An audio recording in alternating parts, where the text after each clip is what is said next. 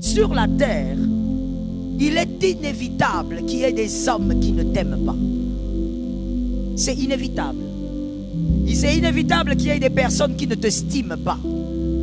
Mais toi, tu dois savoir qui est qui autour de toi. Le Judas, il est à l'aise dans ça. Si vous avez localisé quelqu'un pendant que je parle, si vous avez localisé un nom dans votre entourage pendant que je parle, à la sortie de ce culte, prenez vos distances. J'attends un amen. J'attends un autre amen. Parce qu'au milieu de ceux qui ne disent pas amen, il y a eux-mêmes les Judas qui savent, ben oui, c'est ça la vérité, qui savent qu'ils sont comme ça, qu'ils ont cette attitude-là. Et des fois même, ils ne savent pas pourquoi ils sont comme ça, mais ils sont comme ça. Tu ne peux pas être avec quelqu'un et entretenir des relations profondes avec ses adversaires. Tu es un Judas. Et ce soir, on va le démontrer sur quelques lignes comment est-ce que c'est impossible d'être ami d'une personne, d'aimer une personne et d'être en même temps ami de ses adversaires.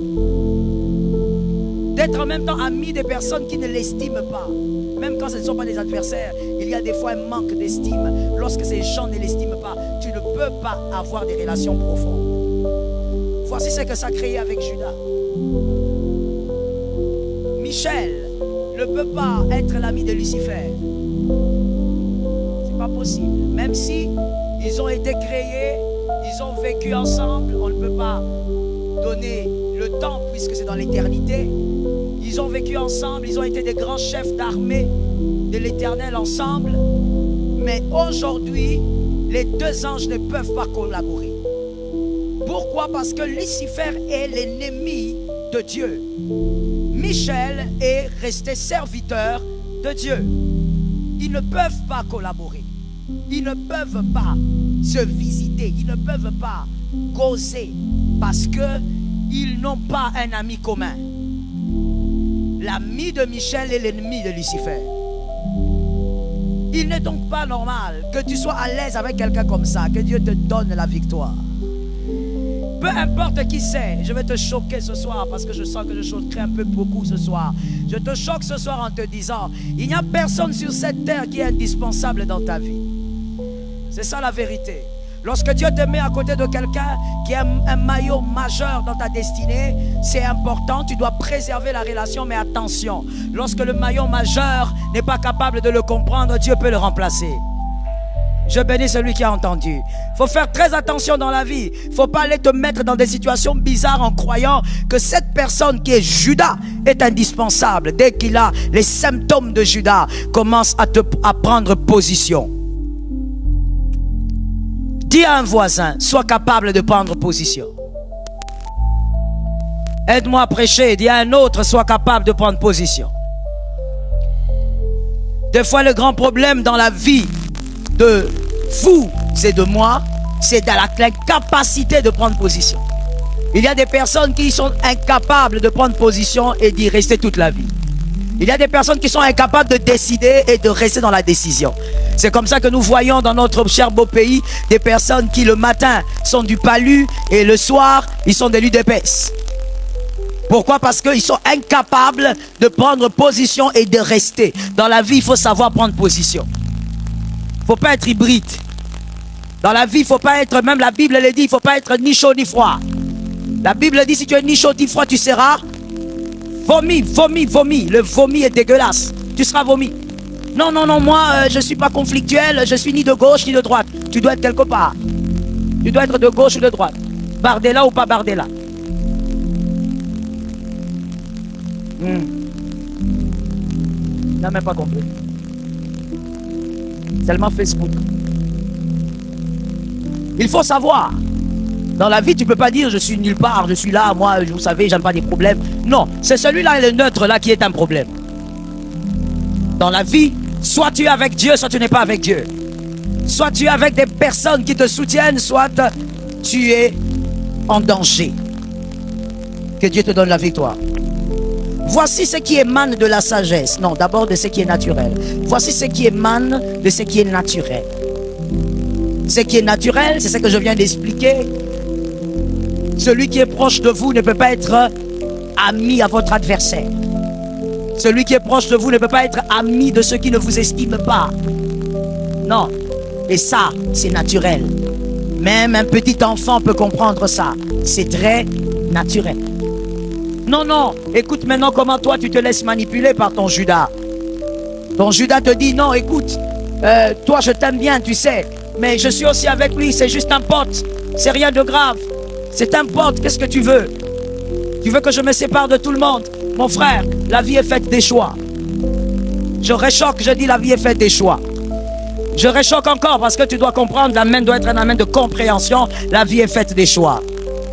Je répète encore, la vie est faite des choix. Oui, cette philosophie, on va pas dire évangile, cette philosophie, on vous fait croire que non, dans la vie, vous savez comment on va faire. Est-ce que quand je t'aime, ça veut dire que je dois me séparer des gens? Oui, des fois quand on aime, il faut se séparer des autres. Je répète ça encore. Je t'avais promis que ce soir, j'allais te choquer plusieurs fois. Mais c'est ça la vérité et la réalité de la vie, ainsi que la volonté de Dieu pour les enfants de Dieu. Lorsqu'on aime quelqu'un, va le dire, lorsqu'on aime quelqu'un, à un moment donné, on se sépare des autres. Aide-moi. Ben oui, je vous donne un exemple typique et je reste dans la Bible, évidemment. On n'enseigne pas la tradition.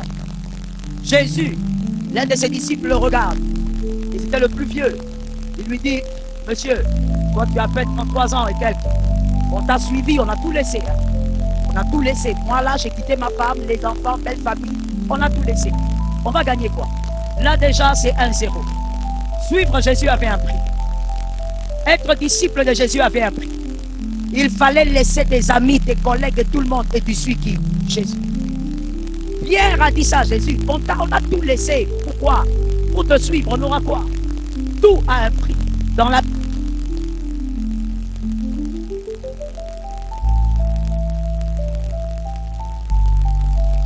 Dis à un voisin, il faut t'élever dans la maturité. Aide-moi à dire ça à une deuxième personne. Dis ça à une troisième personne. Oui. C'est de l'enfance que de dire non, mais c'est pas parce que je suis avec toi que je ne serai pas avec les autres. Oh, dans la vie, c'est comme ça. Dans la vie, quand tu es avec quelqu'un, à des moments, tu ne peux plus être avec certains autres. Est-ce que quelqu'un m'entend bien? Ah oui, ça choque et je continue avec le choc. En fait, je suis seulement au début. Tu seras tellement choqué aujourd'hui que tu ne vas pas te lever de la chaise. Praise the Lord.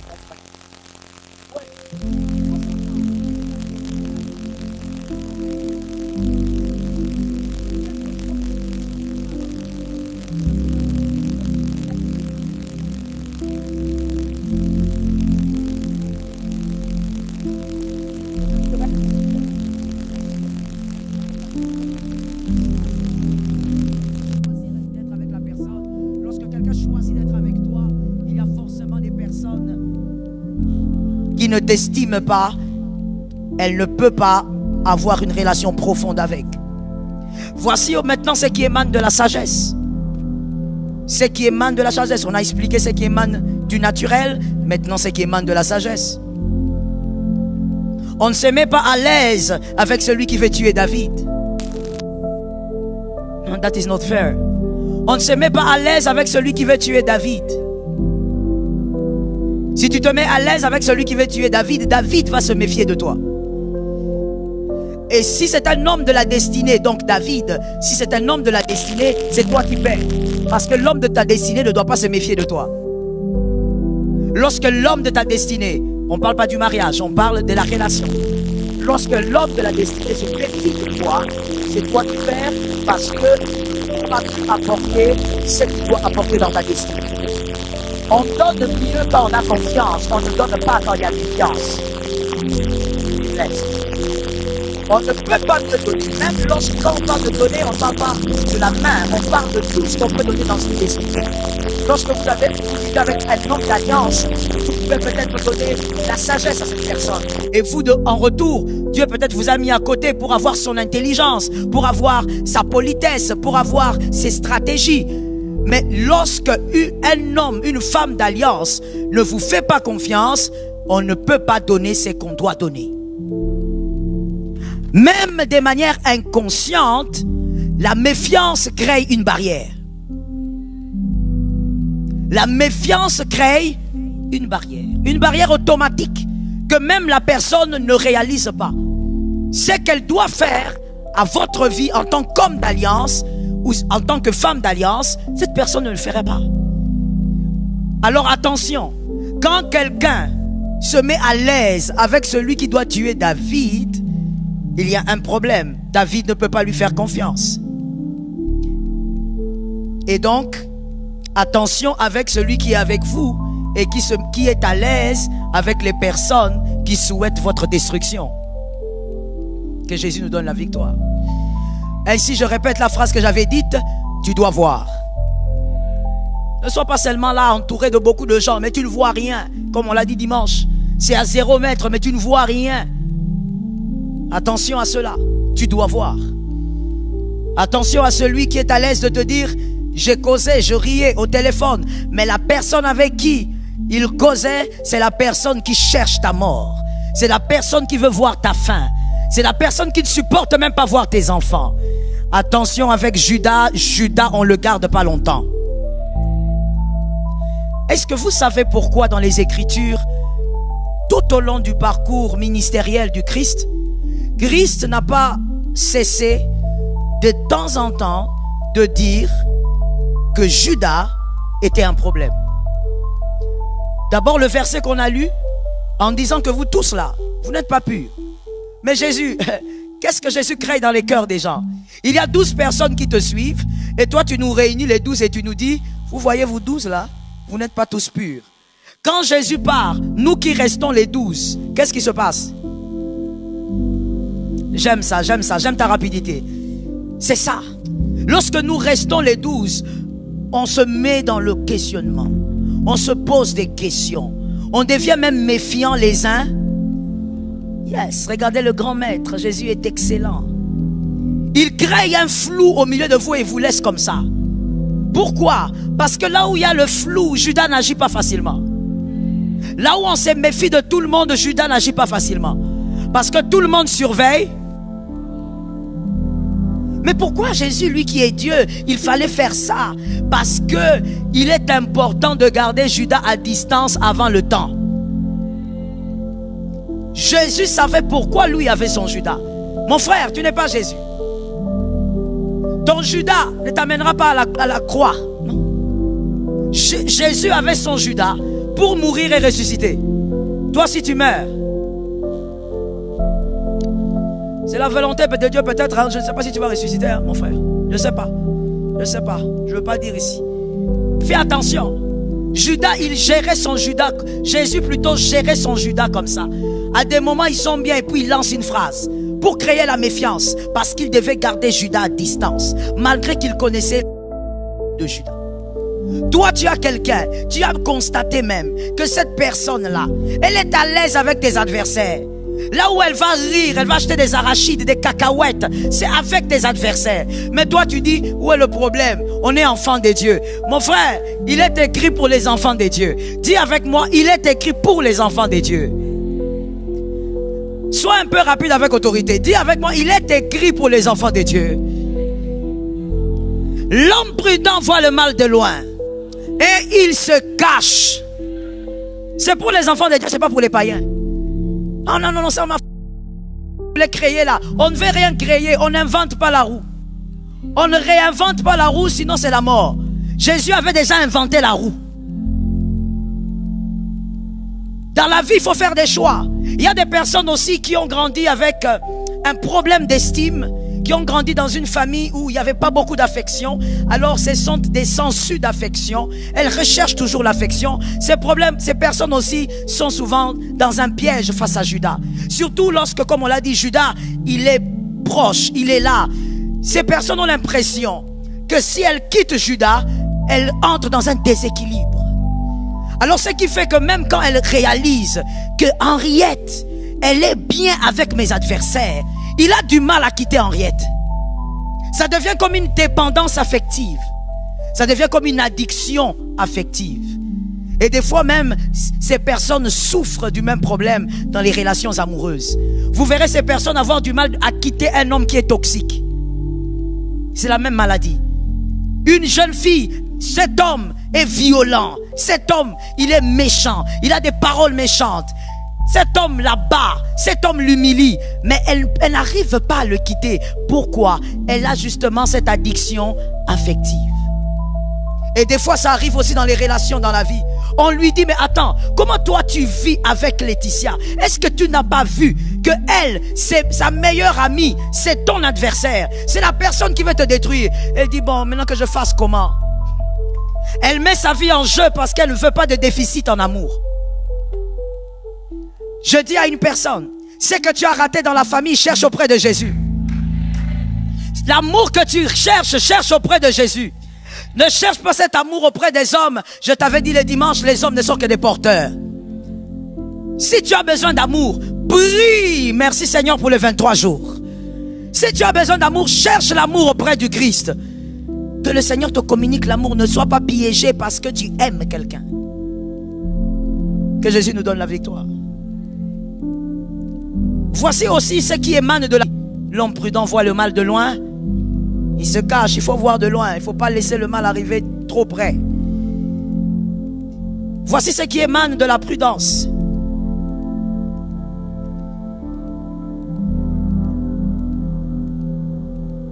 Évitez de vous mettre à l'aise avec l'adversaire de David, c'est-à-dire avec Saül, parce que Saül fera de vous un instrument contre David. Évitez de vous mettre à l'aise avec l'adversaire de David, qui est Saül, parce que Saül va finir par vous utiliser comme un instrument de destruction contre David. 1 Samuel 20, 32 à 33. 1 Samuel 20, 32 à 33. Évitez de vous mettre à l'aise avec l'adversaire de David. Si vous vous mettez à l'aise, Saül, qui est l'adversaire de David, va vous utiliser comme un instrument de destruction contre David. Jonathan répondit à Saül, son père, et lui dit, pourquoi le fera-t-on mourir? Parce que Saül veut tuer David. Saül est l'adversaire de David. Mais il y a Jonathan entre les deux. Jonathan, il est le fils de Saül. Il est le fils de l'adversaire de David. Jonathan, la Bible dit, il a aimé David comme on aime son âme. Jonathan a aimé David. Son père qui est roi, qui n'aime pas David, il dit à Jonathan, il faut le tuer. Et Jonathan dit, pourquoi le feront-on mourir? Qu'a-t-il fait? Ça c'est la question de Jonathan. Et Saül dirigea. Saül c'est qui au fait? Le père de qui? Voilà. Et Saül dirigea sa lance contre lui. Lui qui? Jonathan son fils. Pour le frapper. Jonathan comprit que c'était chose résolue chez son père que de faire mourir. Regardez ça, c'est très fort. Jonathan comprend que celui que Dieu a choisi sur le trône de son père, c'est David. Jonathan aime David, mais il s'avère que celui qui est sur le trône, c'est son papa, c'est son père. Mais là, la Bible dit que Saül veut tuer son fils, Jonathan. Pourquoi? Parce qu'il aimait David. Regardez jusqu'à quel point celui qui sait faire les choix dans la vie décide. Au point où le papa se sent en danger avec son propre fils.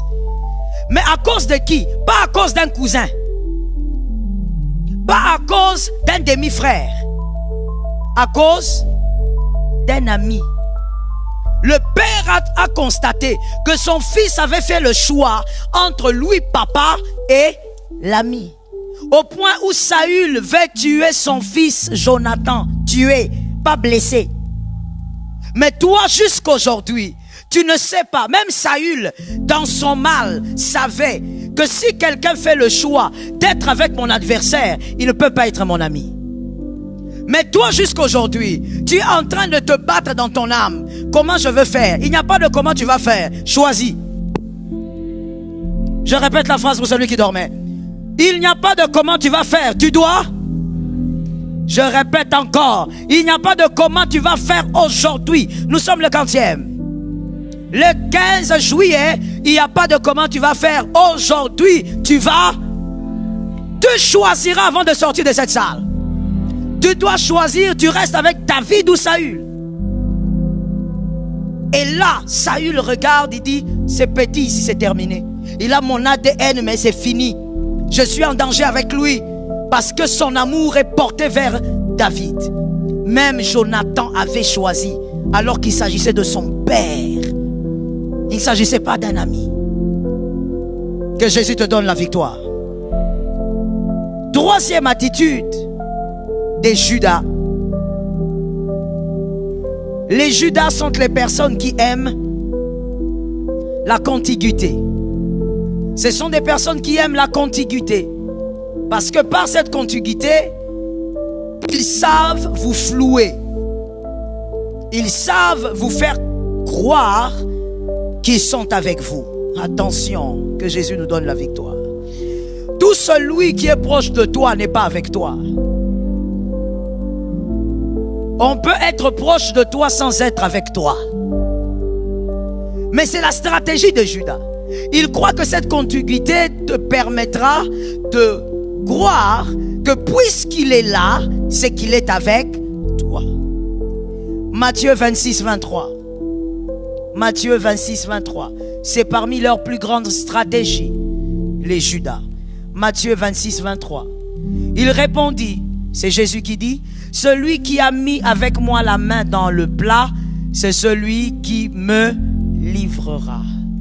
Celui qui a mis avec moi la main dans le plat. Comme je l'ai déjà expliqué ici, à un séminaire, les Juifs mangent en cercle. Le repas se met presque à même le sol et on met les plats et chacun peut tremper dans le plat qu'il veut. Et donc, imaginez, il y a 12 personnes, parce que les hommes mangent de leur côté, les femmes aussi.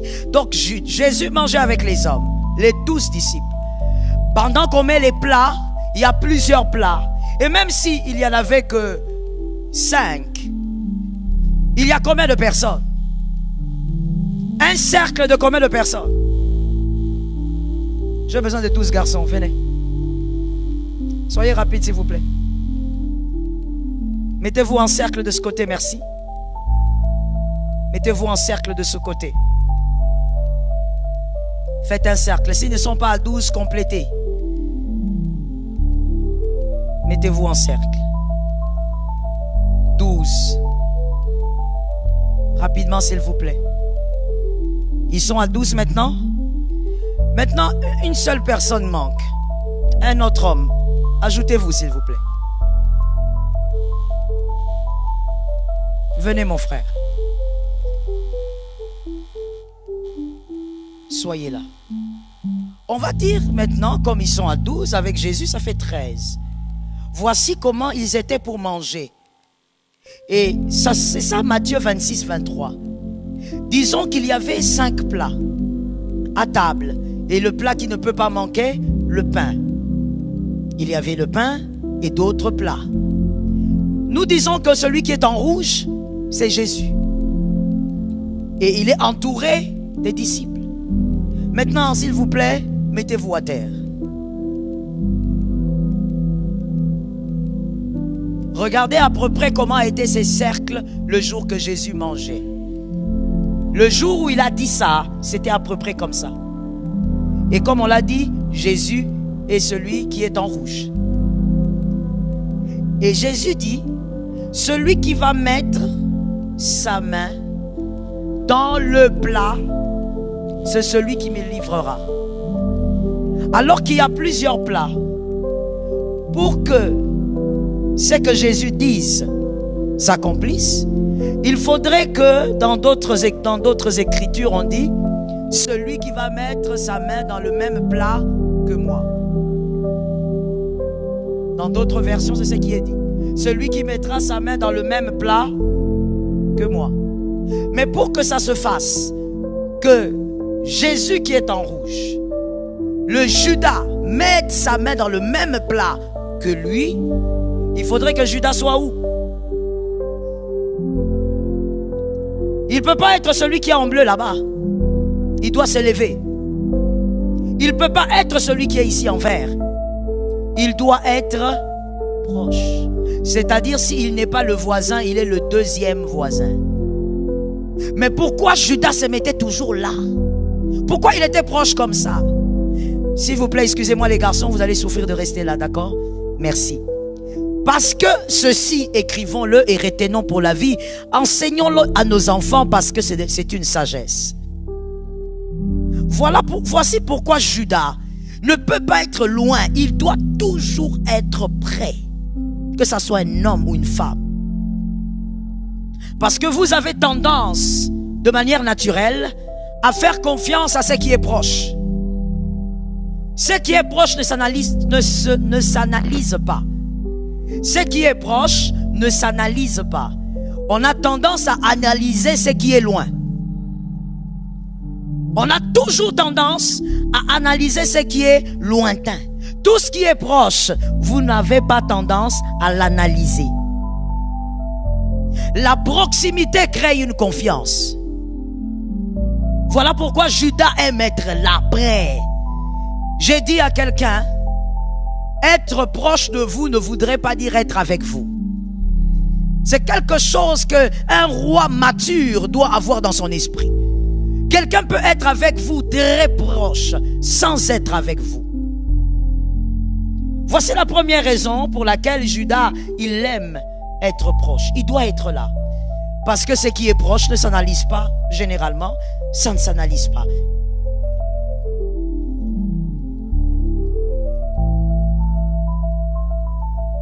Judas aime être proche parce que vous avez tendance à faire confiance à tout ce qui est proche.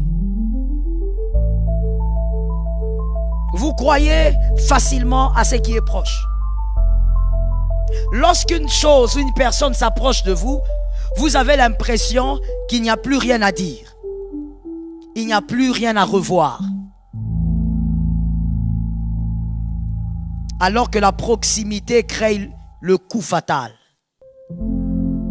La proximité permet un coup fatal. Lorsqu'on est proche et qu'on frappe, on ne rate pas la cible. Judas, il aimait être là. C'est terrible. Que Jésus te donne la victoire en cette saison. Tu es un roi, que Jésus t'ouvre les yeux en cette saison. Comment vaincre Judas? Comment vaincre Judas? Et dans ce cercle, on va dire que Judas, c'est celui qui est habillé en noir. Arish, feu, au nom de Jésus. Ça ne t'arrivera pas, ça n'aura pas lieu. Judas, donc, c'est celui qui est juste à côté. Comment vaincre Judas?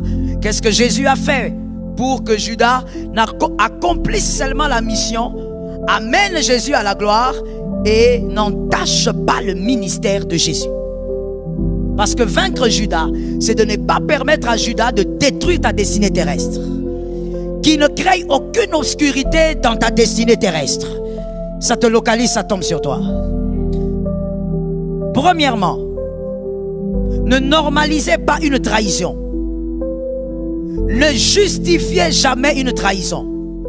Soyez prudent. Ne normalisez pas une trahison, ne la justifiez pas, soyez prudent.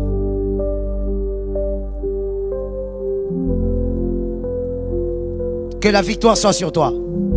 J'attends 3 amens. Ne normalisez pas. Regardez ce que Jésus a fait. Luc 22, 31 à 32. Luc 22, 31 à 32. Luc 22, 31 à 32. Le Seigneur dit, écoutons bien, Le Seigneur, c'est Jésus. Il dit, Simon, Simon. C'est qui Simon? Pierre, merci. Simon, Simon. Ils sont à 12. Jésus en rouge, il crie. Simon, Simon. Cherchons d'abord Simon. Simon, il doit être celui-ci, Simon. Celui qui est en t-shirt noir. Simon. Jésus dit, Simon, Simon. Jésus appelle quelqu'un, oui ou non? Il cite le nom de quelqu'un, oui ou non? On avance. Satan. Pardon? Cette phrase est correcte vraiment. Il y a un problème là, non? Ceux qui ont bien étudié sont quelque part. Ceux qui fouillaient la maternelle, soyez seulement là et regardez s'il vous plaît. Satan. Non, non, non. Tu as dit Simon. Parle à Simon. On devrait dire Satan t'a réclamé. Parce que tu savais ce que tu faisais, Jésus. Tu n'as pas créé une ambiguïté. Tu as commencé par dire Simon. Donc tu parles à Simon.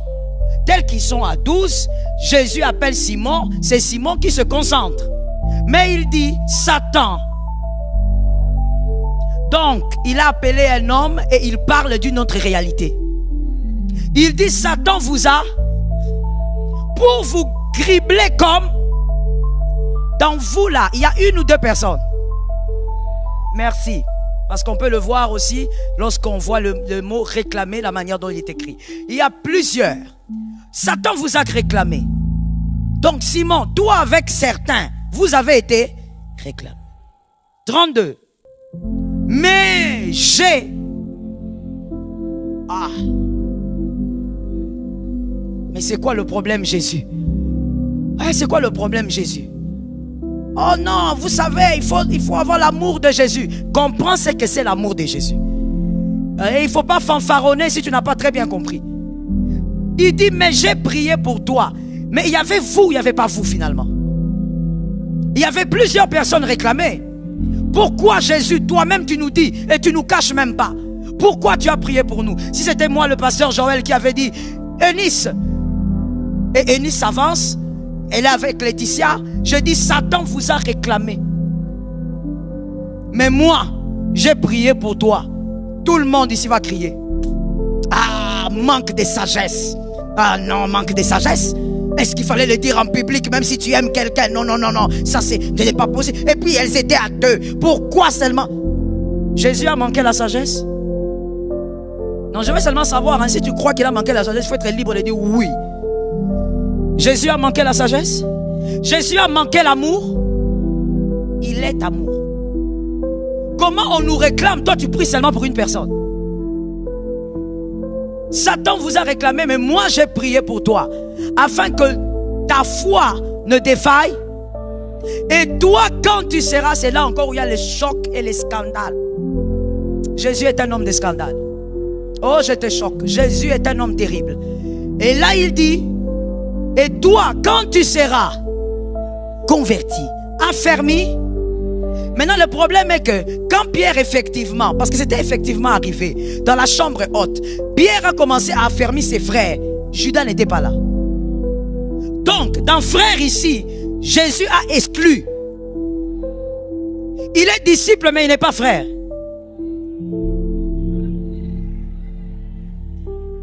Oh non, on doit nous aimer. Tu dois aimer tes frères, mais celui-là, c'est Judas, c'est pas ton frère.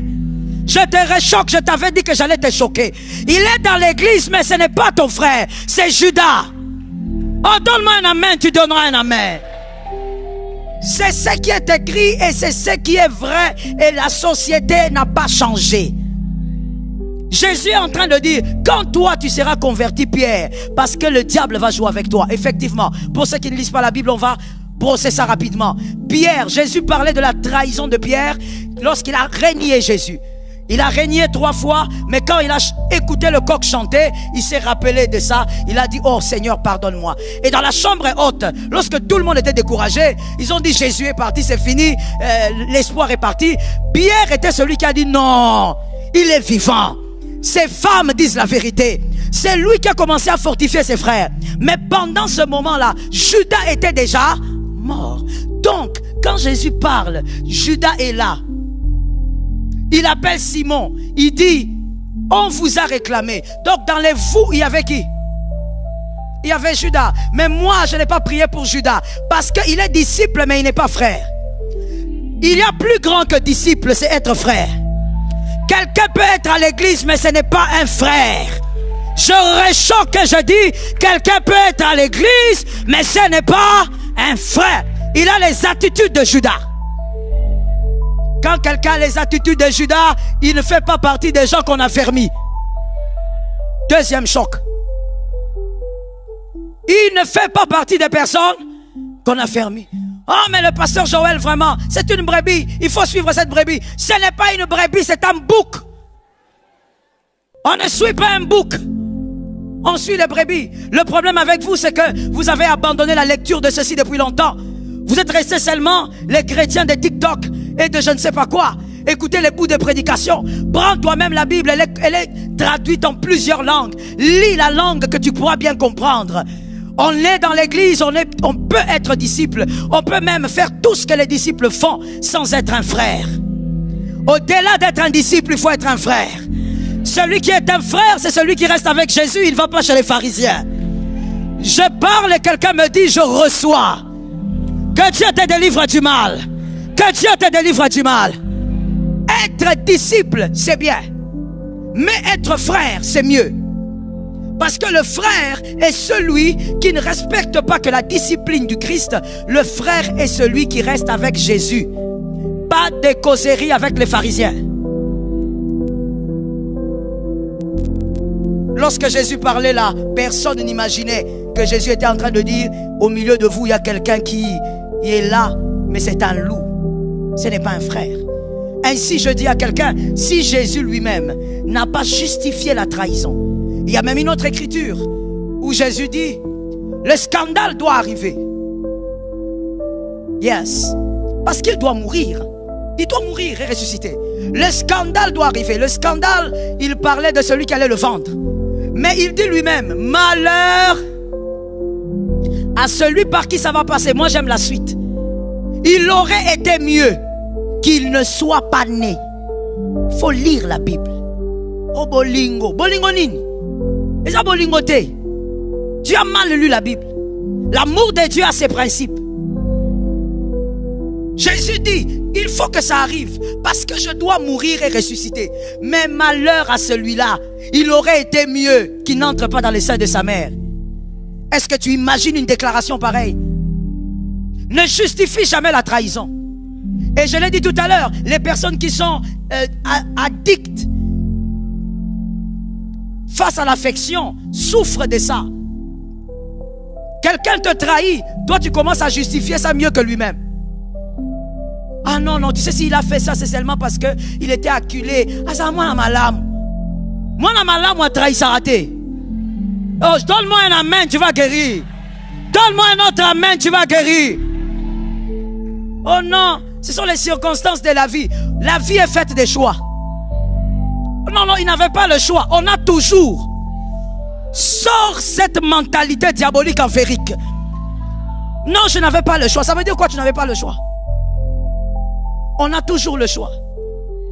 Ne justifie pas. Je te parle à toi. Toi qui as un Judas. Quand tu commences à justifier la trahison, c'est le poison que tu boiras. Quand tu commences à justifier la trahison, tu vivras comme un roi sur la terre, mais tu n'auras pas les résultats des rois. Il ne faut pas seulement vivre comme un roi, il faut avoir les résultats des rois. C'est comme ça qu'il est écrit, j'ai vu sous le soleil des princes sur les chevaux et les rois à pied. Parce que tu peux être enfant de Dieu, mais tu n'as pas les résultats des enfants de Dieu. Tu es enfant de Dieu, on te lance le mauvais sort, appelé Mbassou, et ça t'attrape aussi. Et tu oses même venir à l'église, tu me montres ton pied. Ça fait quelques jours, ça. Tu n'as pas honte. Un enfant de Dieu ne peut pas être atteint par un mauvais sort. Donne un amen d'un roi qui est délivré. Un enfant de Dieu, même si on lance les mauvais sorts au village, ça vient à Kinshasa, ça s'arrête devant la venue de la maison. Ça ne peut pas entrer au nom de Jésus. Et d'ailleurs, quand tu es un authentique roi qui a activé sa royauté, même lorsqu'on lance les mauvais sorts, à cause de toi, même dans les quartiers, ça n'entre pas. Comment veux-tu? Maintenant, toi, tu es là en train de justifier l'injustifiable. Parce que tu as un problème d'affection. Tu n'arrives pas à vivre sans l'amour des autres. Ou encore, si ce n'est pas le cas, alors tu es simplement naïf. Tu es naïve.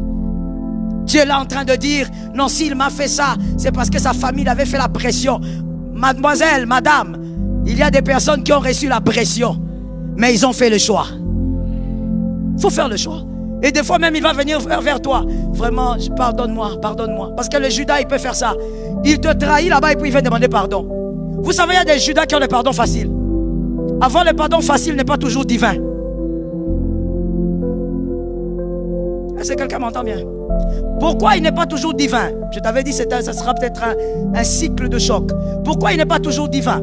Le pardon facile. Parce que le pardon n'est pas synonyme de regret.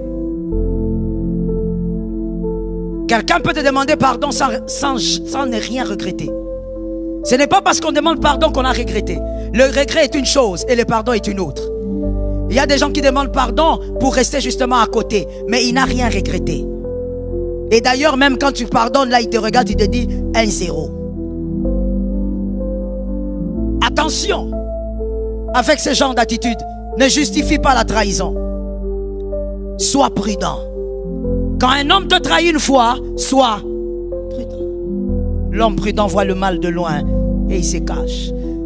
Il y a des gens qui disent non mais vous voyez, tels disent, quand on te trahit une fois c'est ta faute, une deuxième fois c'est ta faute, une première c'est pas ta faute. La Bible a déjà dit ça depuis longtemps. La Bible en parle depuis longtemps. Si tu ne sais pas voir le mal au loin, tu seras forcément à terre. Comme je l'ai dit le dimanche, le jour où tu constates le mal, ce n'est pas ce jour où il a commencé. Il a commencé depuis très longtemps. Yes. Comme il y a une dame qui me disait, à chaque fois que je me dispute avec mon mari, il me dit toujours, tu vas partir. Je lui ai dit, tu sais, si cette phrase revient comme ça, c'est qu'il y a eu un mal depuis très longtemps que tu n'as pas vu. Ce n'est pas le jour que l'on blesse que l'on veut forcément exprimer ce qu'on ressent. Le jour que l'on blesse, c'est simplement le jour de la manifestation. Mais ce qu'on ressentait a commencé depuis longtemps. Que Jésus donne la victoire. La deuxième chose à faire pour vaincre Judas: aimez le traître, n'aimez pas l'acte. Ayez de l'amour pour la personne, mais n'aimez jamais l'acte.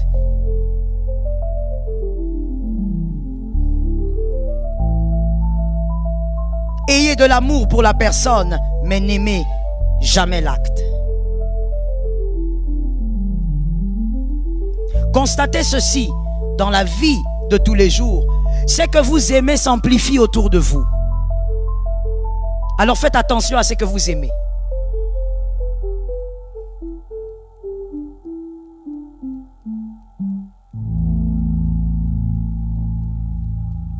Vous devenez plus puissant que le diable. Et ça c'est important.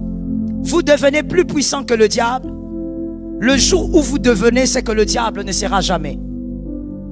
C'est ce jour-là où vous devenez plus puissant que le diable. Je veux encore choquer comme j'avais promis. Vous ne devenez pas plus puissant que le diable le jour où vous donnez votre vie à Jésus. Vous ne devenez pas plus puissant que le diable le jour où Jésus entre dans votre vie. Voilà pourquoi je crois que Jésus est dans ton cœur, n'est-ce pas?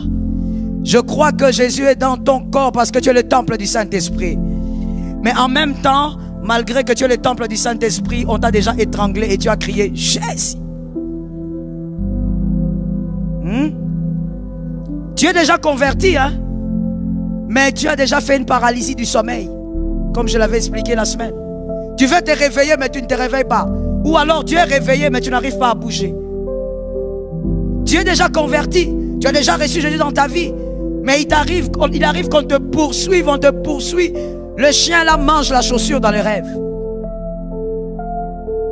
Tellement on t'a poursuivi. Et les propriétaires là sont là. Mais c'est quand on te fait ça dans un rêve, arrêtes-tu d'être enfant de Dieu? Ben, je posais la question simplement. Arrêtes-tu d'être enfant de Dieu? Arrêtes-tu d'être le dépôt de Dieu? N'es-tu pas le temple du Saint-Esprit? Mais comment ça se fait que tu n'es pas plus puissant que le sorcier là? Qui t'a étranglé, puis tu as chuté, tu as culbuté. Et quand tu es sorti de ton songe, tu tombais déjà de ton lit. Tu as crié, Jésus! D'autres encore, mais ils crient même pas Jésus. Maman la koufi. Mais tu es toujours enfant de Dieu, rempli du Saint-Esprit. Le Saint-Esprit ne déménage pas en fait. Il reste là. Mais comment n'es-tu pas plus puissant que le diable? Est-ce que le diable est plus puissant finalement que le Dieu qui est en toi? Non. Seulement je vais te dire ceci. Tout ce qu'un enfant de Dieu peut faire ne le rend pas plus puissant que Lucifer.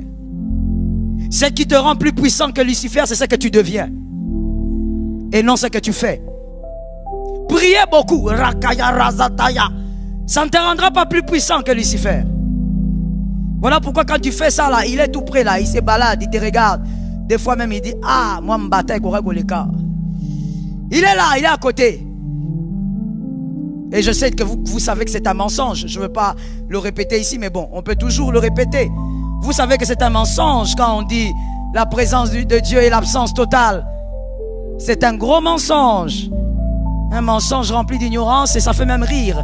Parce que même à l'écodime, on ne va pas dire ça aux enfants, ils vont dire oui. Ben non. Ce n'est pas le fait de jeûner qui fait que tu deviens plus puissant que le diable. Non, quand tu jeûnes, il est là, il est autour. Il faut que tu deviennes ce qui ne deviendra jamais.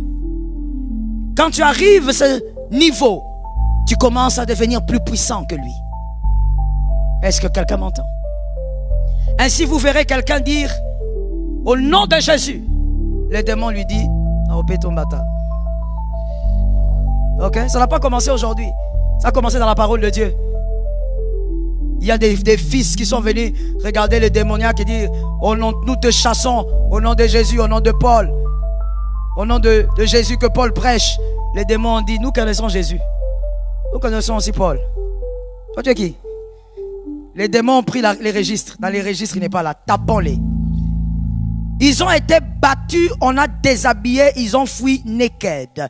Ils ont fui sans vêtements, comme ils sont nés. Ainsi, devant quelqu'un d'autre, écoutez-moi bien s'il vous plaît. Devant ces genres de personnes, au nom de Jésus, les démons regardent. Et des fois, il te dit, Longwa. Devant quelqu'un d'autre, au nom de Jésus, les démons parlent un peu. Au nom de Jésus. Oh, non, aucun été. Au nom de Jésus. Après 40 minutes, ok. C'est qu'il y a en réalité une vaste blague aussi, hein? Mais on ne va pas entrer là-dedans, on n'a pas le temps. C'est n'importe quoi, c'est un mensonge des démons, ils vous jouent avec vous. Mais il y aura aussi une autre catégorie. Ça veut dire que quand vous êtes en train de vous battre avec les démons là, avec les démons qui insultent l'autre, les démons qui résistent au deuxième, mais il y a un autre, quand il entre, les démons disent, pas lui. Il n'a pas parlé, il n'a pas cité le nom de Jésus. Mais le démon lui-même dit, y était. Si lui entre, moi je pars. Ou alors, peut-être que vous l'avez déjà vu quelque part, quelqu'un de démoniaque, plus l'homme de Dieu s'avance, lui il recule. Il n'a pas cité le nom de Jésus. Ce n'est pas, je choque, le nom de Jésus qui le fait peur là. C'est ce que cet homme est devenu. Ce que cet homme devient. Il est devenu plus puissant que Lucifer. Sans citer le nom de Jésus. C'est cette dimension-là qui ne dépend ni du jeûne ni de la prière. Ça dépend du devenir. C'est que tu dois devenir. Trop de prières avec un mauvais cœur comme le tien, les démons vont jouer avec toi. Trop de prières, rakaya baba, mais avec un cœur rempli de haine comme ton cœur, où il y a des gens que tu n'as pas pardonné depuis 1998, il y a un grand problème. Tu ne deviendras jamais plus puissant. Le diable jouera toujours avec toi. Est-ce que quelqu'un m'entend? Il y a des personnes, Plus tu es devant un malade, tu pries. Plus tu pries, même le malade a envie de dire, lève la main. Parce que même le malade a compris que plus tu pries, plus la fièvre monte. La fièvre monte. C'était à 28. 40. Ça commence à chauffer. La personne dit, je vais convulser ici. Papa Longola Lobo. Mais tu es en train de prier. Parce qu'au fait, on s'est perdu quelque part, mes frères. On ne devient pas plus puissant que le diable à cause de ce qu'on fait. On devient plus puissant à cause de ce qu'on devient. C'est ce que vous devenez qui vous donne votre supériorité. Et donc, pour devenir, il faut donc devenir ce que le diable ne deviendra jamais. Voilà pourquoi il est écrit dans 2 Corinthiens 11, 14, 2 Corinthiens 11, 14, qu'il se déguise en ange de lumière. C'est-à-dire, il peut prendre l'apparence de la piété. Il peut prendre l'apparence de ce prieur-là. Il peut prendre l'apparence de cet homme qui jeûne beaucoup. Il peut prendre l'apparence de cet homme qui semble être doux et tout ce que vous voulez. Il sait prendre les apparences, mais il ne sait pas devenir. It's too hard for him. Il sait prendre l'apparence, mais devenir, il ne peut pas. C'est au-delà de ce qu'il peut faire. Qu'est-ce que le diable ne peut pas devenir que vous devez devenir pour être plus puissant et aussi pour vaincre Judas?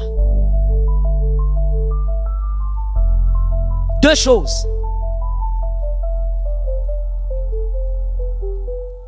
Deux choses. L'amour et la sainteté. Le diable peut tout essayer, mon frère. Tu sais, Lucifer, par ses histoires mystiques et même par ses agents humains, c'est-à-dire les hommes occultes, ils peuvent même aller au cimetière de Kitambola, ils te font sortir un corps.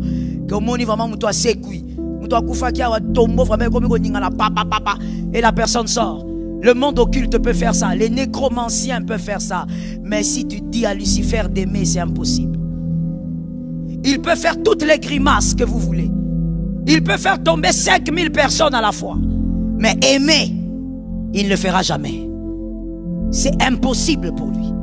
Alors pour vaincre Judas, tu dois devenir ce que Lucifer ne peut pas devenir. Sois capable d'aimer. Commence par là. Que ton cœur soit rempli d'amour pour le traître et non pour la trahison. Que Dieu vous bénisse, mes fils. Vous pouvez rentrer à votre place. Sois capable de vivre dans la sainteté. Le diable ne peut pas imiter la sainteté. Matthieu 5, 44. Le remède. Matthieu 5, 44. Il faut vaincre Judas. Et voici la deuxième stratégie. La première, on l'avait déjà dit, ne normalise pas la trahison. La deuxième, c'est celle-là. Matthieu 5, 44. Mais moi, je vous dis, aimez vos ennemis. Écrivez avec moi.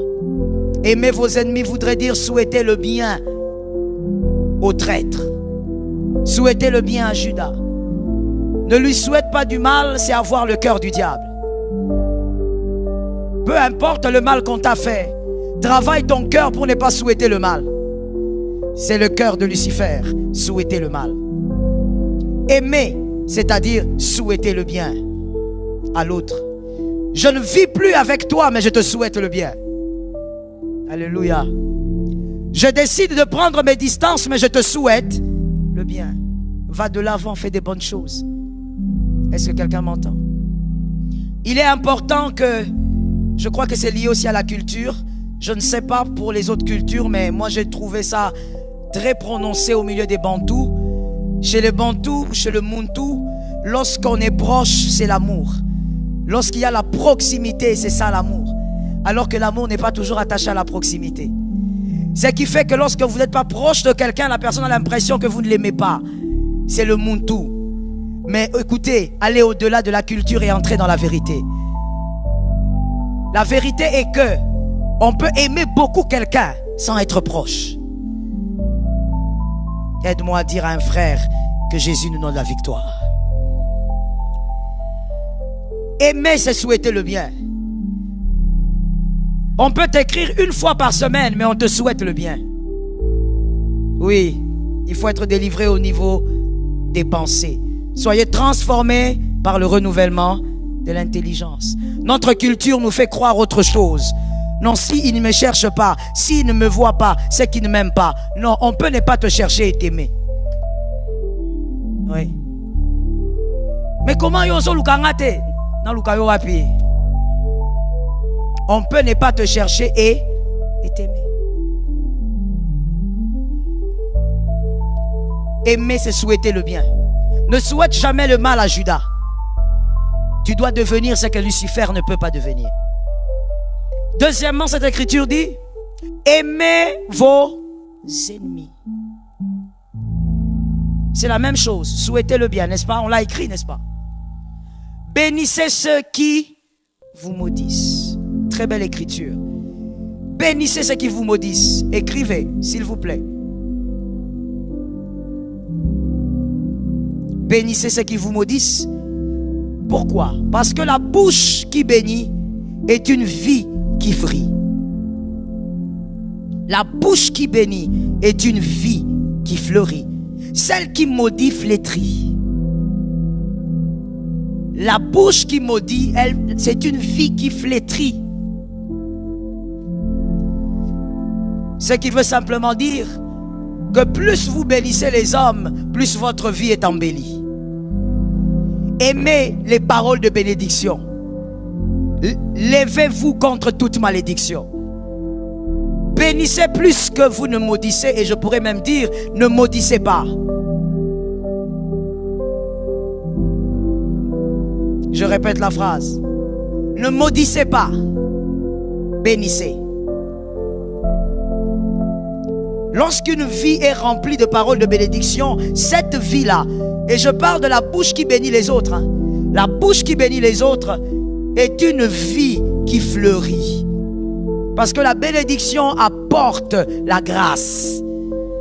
Celui qui dit des bonnes paroles est entouré de la grâce. Que Dieu bénisse celui qui a entendu. Celui qui libère souvent les bonnes paroles, sa vie sera entourée de la grâce. Trop de mauvaises paroles sortant de ta bouche, tu obscurcis ta propre vie. Tu n'en as pas besoin. Faites comme Ruth. Ruth a vu sa vie fleurir parce qu'elle n'avait maudit personne. Elle a vu son mari plutôt mourir. Elle a vu son beau-père mourir. Elle a vu encore le mari de la coépouse mourir. Elle pouvait dire, ah, ça c'est dans quelle affaire nous sommes? Le papa meurt, les enfants meurent. Cette femme ici elle est maudite, c'est pas normal. On est trop jeune pour vivre ça. Ruth n'a maudit personne. Ruth a cherché quelle était la clé de sa victoire.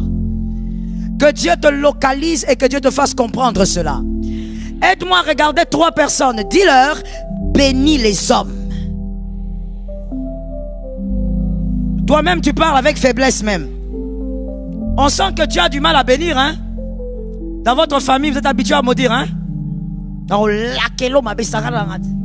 Aussi périque. Ça, c'est la famille de quelqu'un ici. Traduction. Je vais te maudire. Tu as pris ma perruque. Tu me connais pas. Moi je joue pas, hein. On t'avait pas dit que si moi je te parle tu vas regretter. Il y a même des gens qui sont fiers de ça.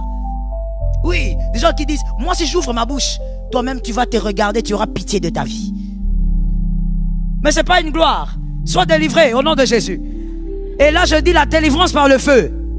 Non, j'ai pas entendu. Je dis la délivrance par le feu. Je répète, la délivrance par le feu. Les personnes qui ont du mal à dire amen, dites amen et soyez délivrés. La délivrance par le feu. Toi-même, tes frères savent que tu es mal bouche. Et toi-même, tu dis, et écoutez bien, et c'est un homme même qui répond. Et toi, tu es homme, tu dis, ah oui, comme notre grand-mère. C'est pas mauvais de ressembler à ta grand-mère, même si tu es un homme, mais la bouche compliquée que ta grand-mère avait.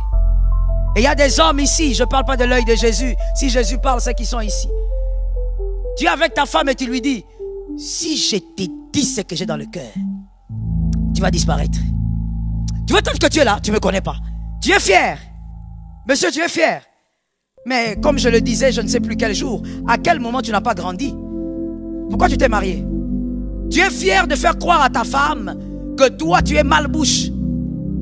J'étais en train de dire à un monsieur, le mari il est le premier modèle de sa femme. Regarde la main là façon. Regarde la main là comme si tu étais dans un cimetière. Donne un amen de quelqu'un qui guérit. Oui. Le mari est le premier modèle de sa femme. Si ta femme en te regardant ne te voit pas un modèle, mon frère, tu t'es mal marié. Et il y a quelqu'un qui dit, oh maman, alors si elle est bizarre elle-même. Tu comprends que la personne a un problème de réflexion toujours. Mais si elle est bizarre, c'est justement pour ça que tu es un modèle. Donc tu n'as même pas compris ce qu'on a dit là. Pendant que moi je parle, lui dans son cœur. Oh, il y a ça ma bébé. Donc tout ce qu'il ne comprend pas, donc, je ne sais pas, c'est le ciel qui va les sauver. Tu n'as pas compris justement que si elle est mauvaise, même au carré, c'est pour ça que toi tu dois être un modèle. C'est ça le chef. Moi je dis toujours aux jeunes sœurs, je ne sais pas comment vous faites pour épouser des hommes qui ne vous inspirent pas. Avant même le mariage, un homme doit t'inspirer. Tu le regardes comme ça, tu dis, ça c'est un gars. Pas seulement la taille correcte, tout ça, 10 sur 10. Mais tu regardes la tête, ça tourne. Pendant que toi tu réfléchis, lui il est déjà arrivé. Mais non, toi tu allais prendre quelqu'un, lui il réfléchit en vitesse, t'as les insultes. Ce qui n'a fini traduction. Je vais t'insulter, je vais dire quelque chose qu'il y a sur ton corps. Voilà les types d'hommes que toi tu allais choisir. Tu sens que toi-même en tant que femme, tu n'as pas d'estime pour toi. Tu vas choisir un homme qui ne t'inspire pas. Quand tu es une femme, tu as de l'estime pour ta personne. Tu choisis un homme qui t'impressionne. Et quand je dis impressionner, ce n'est pas des pantalons courts. Les pantalons d'onghi, c'est devenu à la mode. Non, je ne parle pas de ça. Je parle de quelqu'un dont sa vie chrétienne t'impressionne. Tu regardes, tu dis non, c'est pas possible. C'est pas que toi tu viens là depuis que tu as commencé. Oh, priez-toi. Hein? Donc toi tu vas pas prier. Mais monsieur, tu es un modèle. Prie au point de me donner envie de prier sans que tu ne m'appelles. J'ai entendu un amen. Les hommes sont mal à l'aise, donnez un autre amen. Prie au point de me donner envie sans que tu ne m'appelles. Qui a déjà vécu ça? Ou quand tu manges, ou non, quelqu'un mange, tu as dit tu n'as pas faim. Mais la manière dont la personne mange, tu viens à table. Lève la main maman, lève la main ma fille, voilà. On est là, on est là, on est là. Donc tu es là, tu dis j'ai pas faim. Mais quand la personne va manger, la manière dont la personne mange, tu regardes. Tu vas croire qu'il mange quelque chose de spécial. Mais il n'y a rien. Ça veut dire, il te donne envie de faire quoi? C'est ça un chef. Dans tous les domaines dans le mariage. Ce que tu veux voir ta femme faire là, fais-le de manière à ce qu'elle le fasse sans que tu ne parles. C'est pas crier. C'est pas blesser. C'est pas insulter. Je l'ai déjà dit plusieurs fois ici.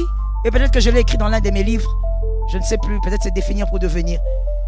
Que moi quand je m'étais marié, venant d'une famille chrétienne, très chrétienne, convertie, déjà, servant Jésus depuis des années, toute ma vie a été le service de Dieu. Mais en étant marié, Dieu a permis qu'on voyage avec mon mari, juste, je crois, 1 mois après le mariage. Mais voici ce que j'avais du mal à faire. Quand je fais quelque chose de mal, j'avais du mal à venir demander pardon directement. Non, je ne veux pas demander pardon. Je reste là. En méditation. Je ne demande pas pardon. Je reste dans mon coin. Et lui, il fait aussi ces choses. Mais lui, comme il n'a pas une colère qui reste, donc lui, il a même oublié déjà. Mais moi, je suis là. Quand il passe comme ça, je dis, regarde. Ah, Nzambalo là. Azoleka. Lui, il a déjà oublié, il fait sa vie. Mais il ne sait pas qu'à côté de lui, là, la personne l'a mal au cœur. Je ne demandais pas pardon. Si je demande pardon, et je vais vous dire, je crois que je l'ai écrit. Je regardais le coucher du soleil. Quand je vois que le soleil va se coucher, je dis bon, je ne peux pas dormir comme ça selon les Écritures. Ah, Seigneur Jésus. Selon les Écritures, je ne peux pas me coucher comme ça, donc je vais demander pardon. Je vous dis, je surveille le coucher du soleil. Et je dois te parler. Et puis il dit, ok, qu'est-ce qu'il y a? Ah. Je t'assure. Et puis je trouve la force et je dis, bon, pardonne-moi pour ce que j'avais fait. Mais en réalité, je t'assure, pasteur Marianne, ça ne pouvait pas se finir sans que je dise en réalité. Ça, ce n'est pas les pardons que je veux dire. Je dois dire quelque chose. Je dois me justifier. Non, en réalité, tu sais bien que moi, je n'aime pas. Et là, maintenant, dès que je commence, il croise les mains, il me regarde. Donc, il a compris que le pardon est là même. Mais il savait aussi que s'il ose seulement dire le pardon ici, le pardon, je te demande pardon. Toi, tu refuses. Tu n'es pas Dieu. Tu refuses.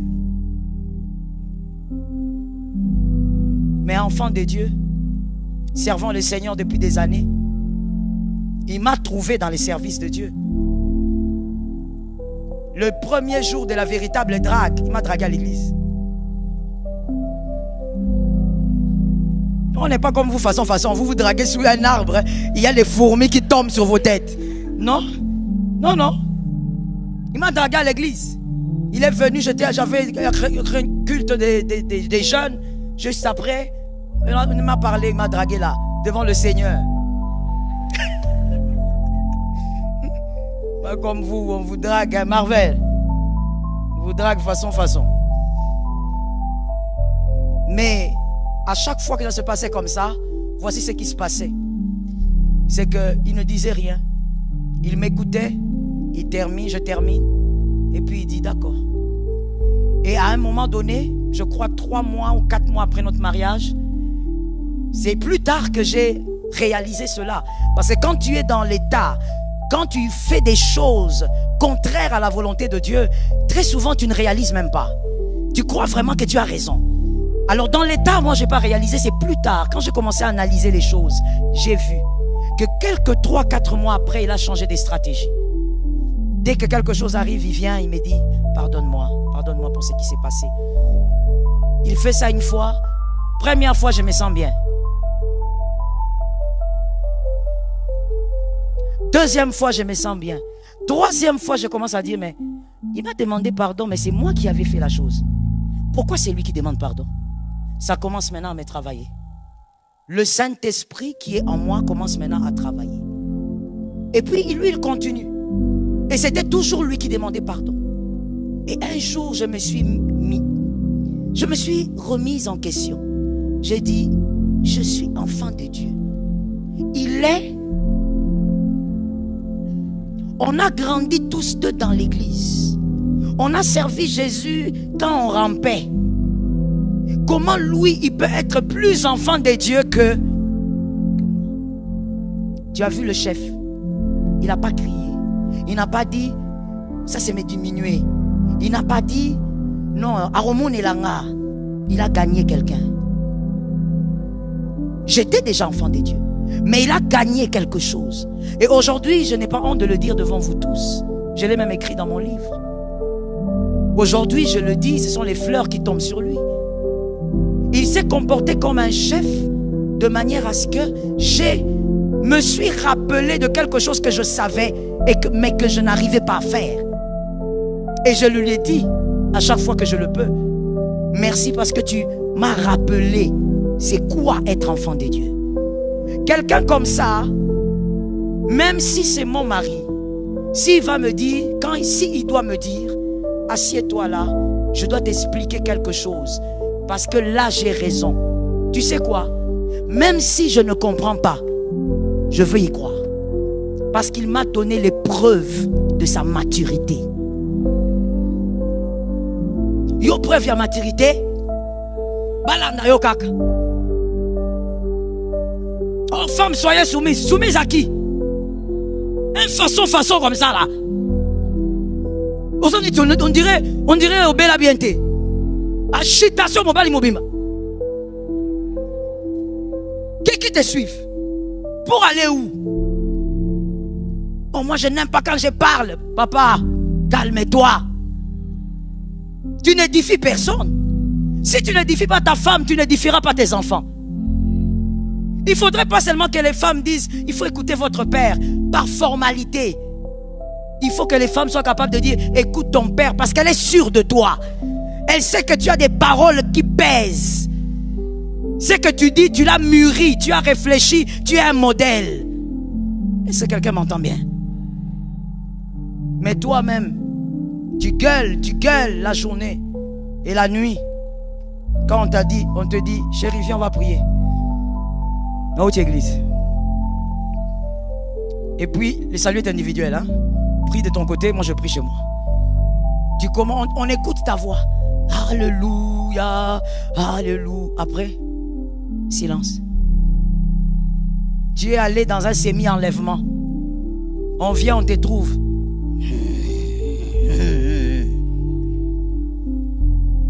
Un chef est un modèle. Oh, je t'assure, mon frère, ça te picote peut-être, mais c'est ça la vérité. Si tu ne peux pas être un modèle pour ta femme, si tu ne peux pas l'inspirer, si en te regardant, elle ne peut pas dire « j'ai un bon capitaine », c'est triste. Écoute, je veux fermer cette parenthèse, puisque c'est certainement le Seigneur voulait le dire à quelqu'un. Je ferme cette parenthèse en disant « tu dois savoir qu'il n'y a pas de gloire dans la terreur. » Tu ne connais pas la femme, hein? Tu ne connais pas la femme. Il n'y a pas de gloire dans la terreur. La véritable gloire se trouve dans l'amour. C'est pourquoi il est écrit Marie aimée. Et elle sera simple, sans calcul. Finissons l'écriture, la 3e partie. Faites du bien à ceux qui vous haïssent. Faites du bien à ceux qui vous haïssent. Celui-là t'a trahi, toi ne trahis jamais. Reste loyal à toi-même et reste loyal envers Dieu. Ne trahis pas, ne fais pas le mal que l'on t'a fait. Pourquoi? Parce que tu dois enseigner à celui qui t'a trahi que tu n'as pas son cœur et qu'un cœur qui peut aimer existe. Montre au monde que les cœurs qui aiment Dieu existent. Montre au monde que les bonnes personnes remplies du Christ existent. Refuse de rendre le mal pour le mal. Réussis, pas pour prouver à l'autre. Réussis, pas pour prouver à celui qui t'avait trahi. Réussis parce que tu es un roi. Un roi ne peut pas échouer, il doit réussir. Tu es de la race royale, tu dois réussir. Réussis parce que tu es de la race des vainqueurs. Réussis parce que tu es de la race de ceux qui arrivent à la fin. Tu es de la race de ceux qui saisissent ce que Dieu a prévu. Réussis parce que tu es de la race de ceux qui ne meurent pas avant de célébrer.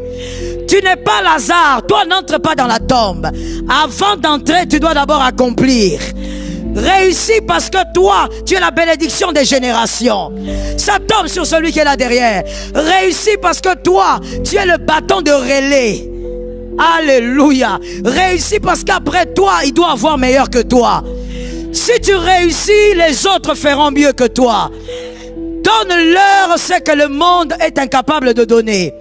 Celui qui aime les ennemis et celui qui bénit ceux qui le maudissent. Réussis parce que toi, tu ne peux pas faire les choses et rester au même endroit. Oh, c'est impossible. Même la Moabite, elle a créé un mouvement et elle a vécu de grandes choses. Je dis à quelqu'un, réussis parce que toi, il y a des hommes et des femmes qui comptent sur toi. Mais ces personnes, ceux qui comptent sur toi, il y en a ceux qui sont nés, mais d'autres ne sont pas encore nés. Ils compteront sur toi au nom de Jésus. Alors je dis à une âme, ne maudis personne. Cette femme-là t'avait fait du mal, bénis. Non, ne bénis pas en disant Akomona. Parce que je connais le quinois.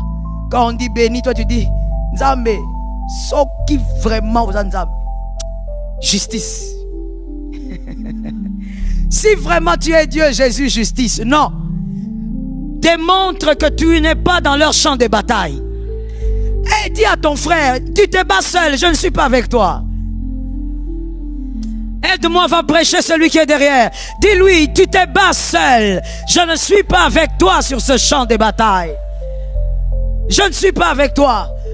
Montre-lui par l'amour que tu n'es pas avec lui sur le champ de bataille. Toi, tu es un enfant de Dieu. L'enfant de Dieu a l'amour là où il y a la haine. L'enfant de Dieu a l'amour là où on le mortifie. L'enfant de Dieu a l'amour là où on l'avait rejeté. Donne-moi un amen que tu avances. L'enfant de Dieu a l'amour là où on l'écrase. L'enfant de Dieu là où on l'a méprisé, il y a l'amour. L'enfant de Dieu ne dit pas on verra. L'enfant de Dieu dit Dieu est avec toi. Je veux que tu ailles vers 5 personnes et dis-leur, je te bénis, Jésus est avec toi, que Dieu t'accompagne. Vas-y, parle à 5 personnes. Bénis 5 personnes. Bénis 5 personnes. Arrose la vie de ces gens. Oh, Marazaya Basheyama.